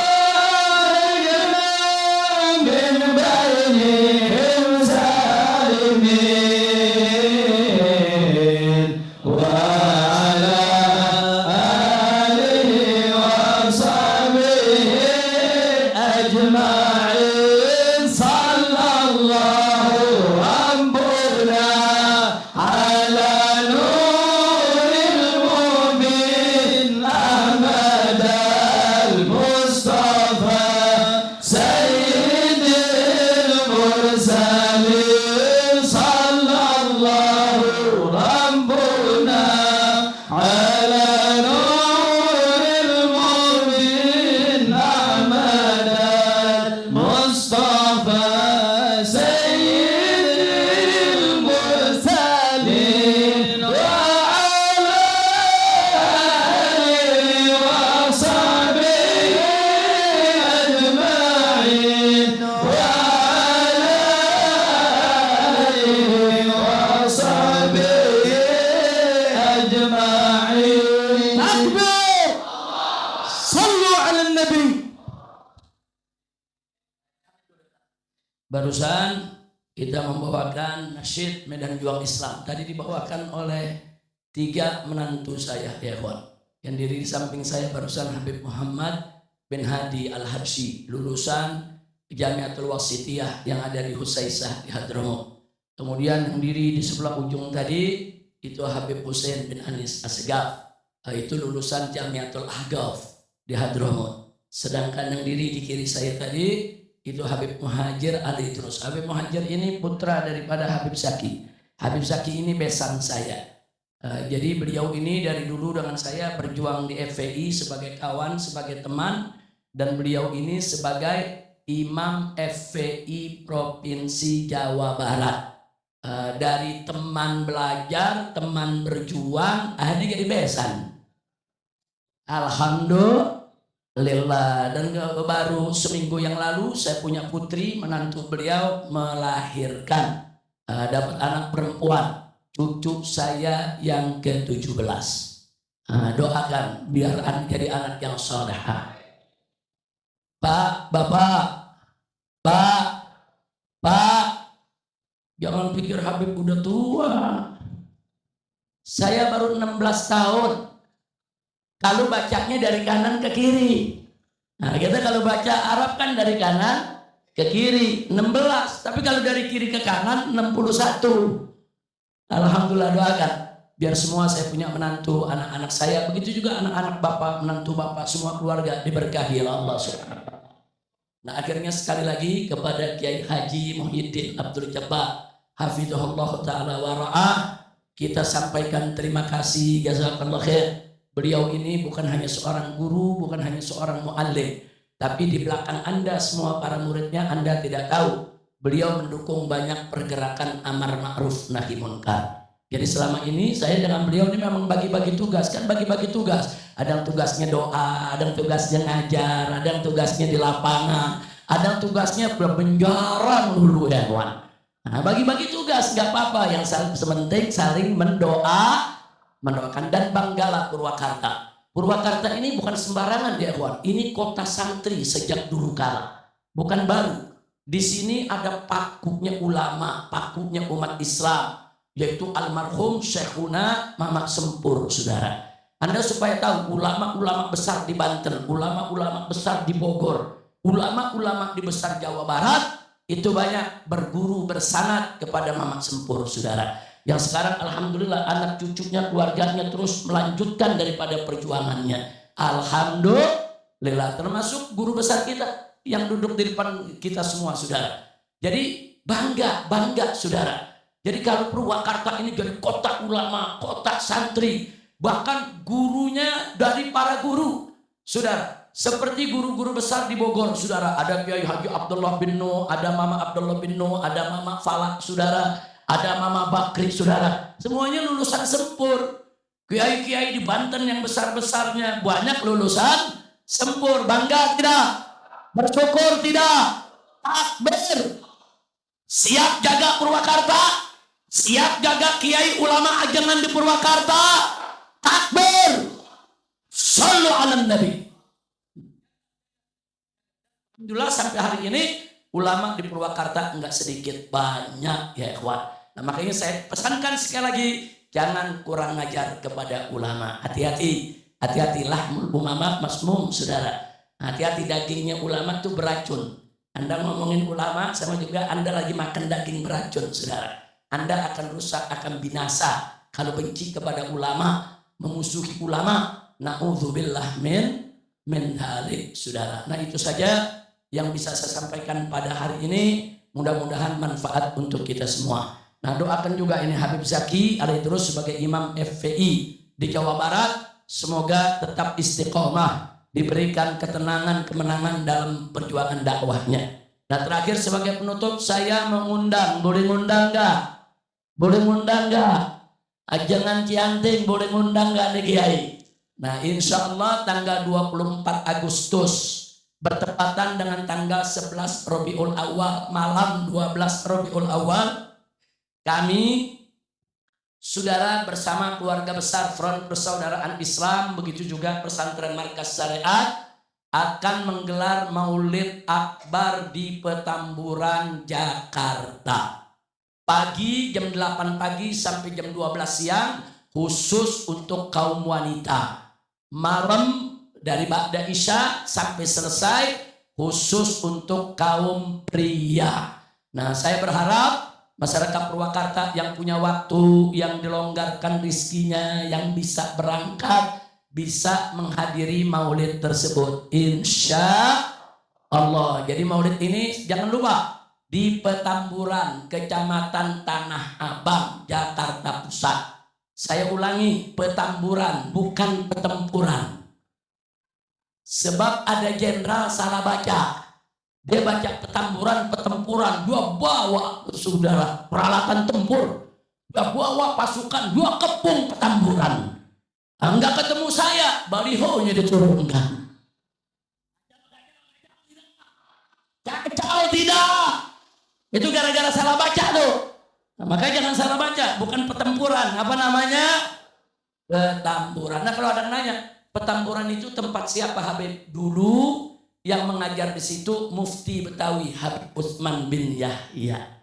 Yang bukunya Sifat 20 masih banyak di pondok-pondok pesantren dibaca, termasuk di Purwakarta, saudara. Karena banyak ajangan kiai-kiai di Purwakarta, di Banten juga dulu berguru kepada Habib Utsman bin Abdullah bin Agil bin Yahya. Saya punya istri yang pertama adalah cucu beliau. Beliau dulu membangun masjid di Petamburan, mengajar di Petamburan, dan mertua beliau yang membawa ilmu falak ke Indonesia, Syekh Abdurrahman Al-Misri, dimakamkan di depan Masjid Al-Islam di Petamburan depan Rumah Sakit Pelni, saudara. Jadi dari zaman beliau sampai sekarang namanya Petamburan, bukan Petempuran. Nah, alhamdulillah kira-kira jelas ya. Nah, itu saja yang bisa saya sampaikan. Saya mohon maaf kepada para ajengan, para kiai, tawalna alaikumul waqt. Kalau saya berkepanjangan waktu di dalam menyampaikan mau'izah barusan, saya minta maaf juga kepada semua kalau apa yang saya sampaikan ada yang tidak berkenan. Mohon buka pintu maaf atas kesalahan dan kekhilafannya. Terima kasih atas segala perhatian. Hadani Allah wa iyyakum ila siratihil mustaqim. Wassalamualaikum warahmatullahi wabarakatuh.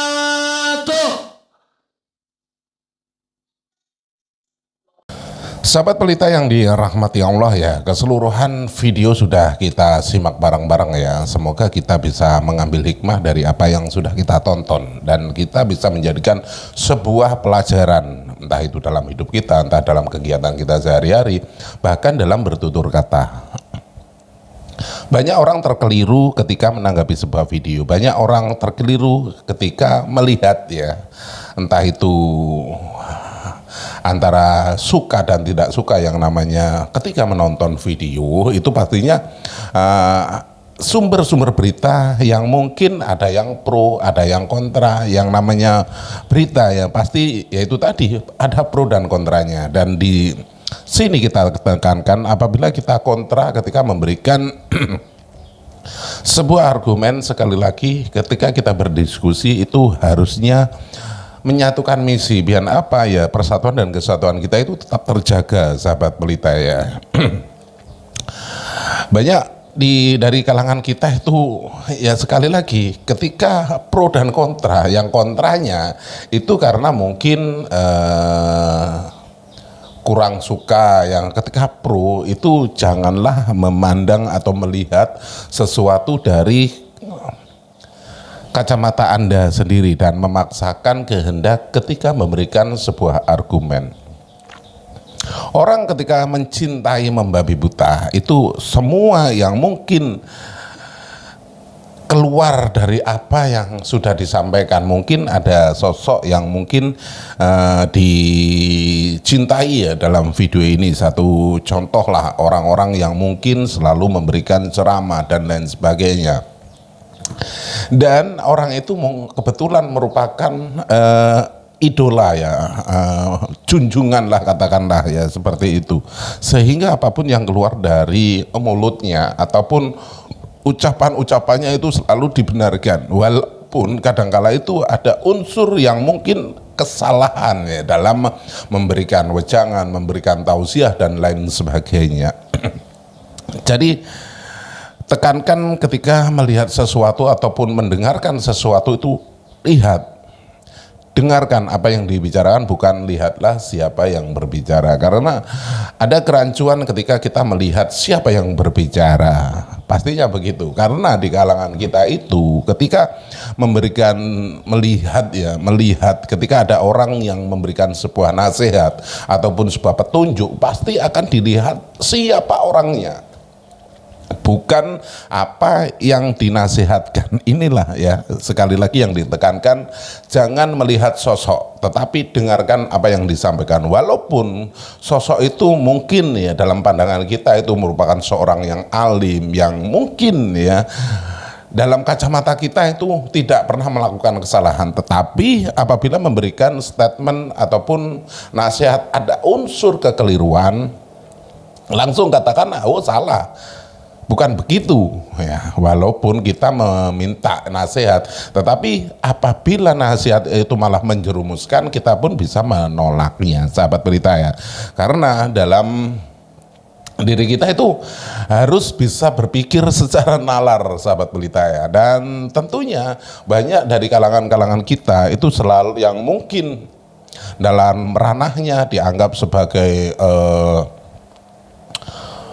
alim, ulama dan lain sebagainya, tetapi dalam konteksnya itu selalu membuat keonaran, entah itu memprovokasi jamaahnya untuk tidak setuju dengan pemerintahnya dan lain sebagainya. Kan banyak seperti itu ya, mengajak mengadu domba antar sesama. Nah, dari sinilah kita harus paham, harus jeli dan bisa mengkoreksi apa yang harus kita sortir ya, apa yang harus kita simak ya. Jadi buat sahabat pelita yang dirahmati Allah, gunakan akal pikiran yang waras, biar apa? Biar tidak konslet. Terima kasih sudah klik video ini, dan apabila video ini bermanfaat, jangan lupa di like, di share sebanyak-banyaknya, dan tinggalkan jejak Anda di kolom komentar. Di akhir video sekali lagi izinkan saya mohon maaf yang tak terhingga apabila ada unsur kata-kata saya yang mungkin kurang berkenan di hati Anda, karena yang namanya orang itu ketika memberikan ucapan, memberikan salam itu mungkin ada yang terkeliru. Jadi sekali lagi izinkan saya mohon maaf yang tak terhingga. Di akhir video, terima kasih dan saya akhiri wabillahi taufiq wal hidayah. Wassalamualaikum warahmatullahi wabarakatuh.